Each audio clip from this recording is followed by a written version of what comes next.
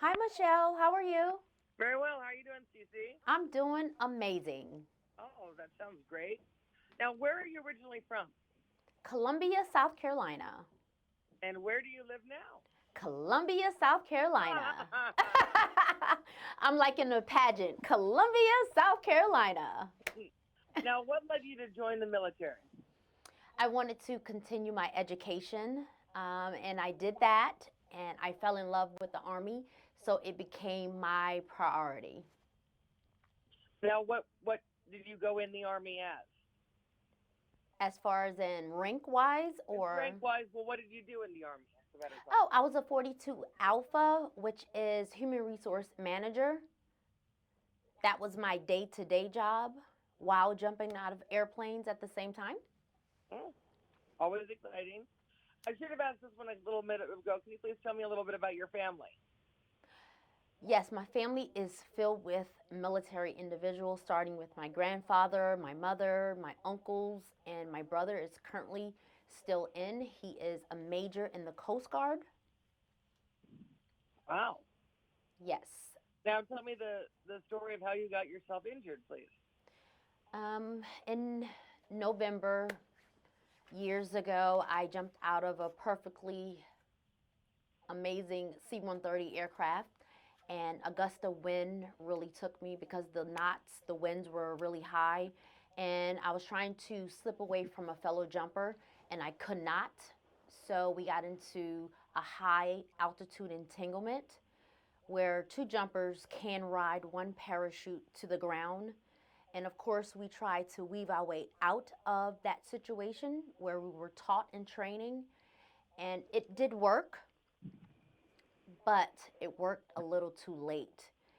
And our parachute separated, but it was at the very last minute, which led me to not have a proper landing, and I was paralyzed on impact. Now, was your back broken or your neck broken?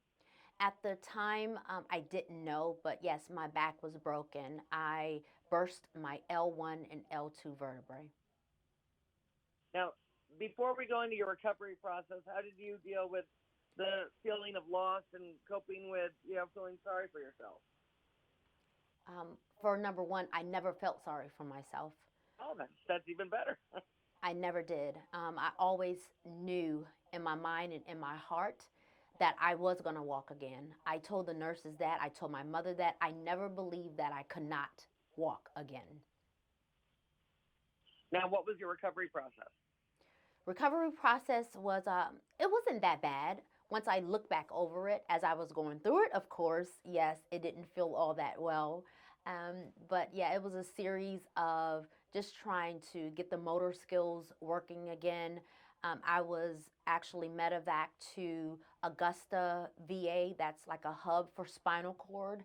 So I did an array of aquatic therapy, which actually helped me to regain my strength and also taught me how to walk a little bit to take the proper steps. Now, how did your disability impact your daily life? Um, it impacts it on a day to day basis. Some days I have good days, some days I have bad days.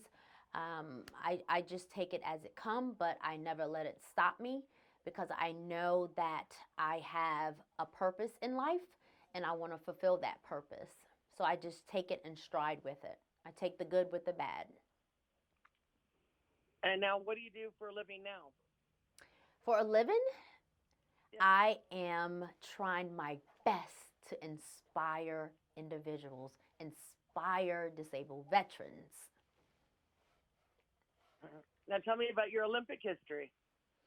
My Paralympic history is after I graduated from the University of South Carolina, I dedicated 110% to sports.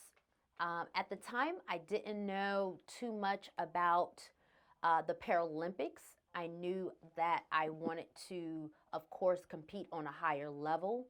And then the Paralympic coach came over and she just said that I will be a great addition to the team. So I tried my best. I trained my butt off, and javelin became my discipline.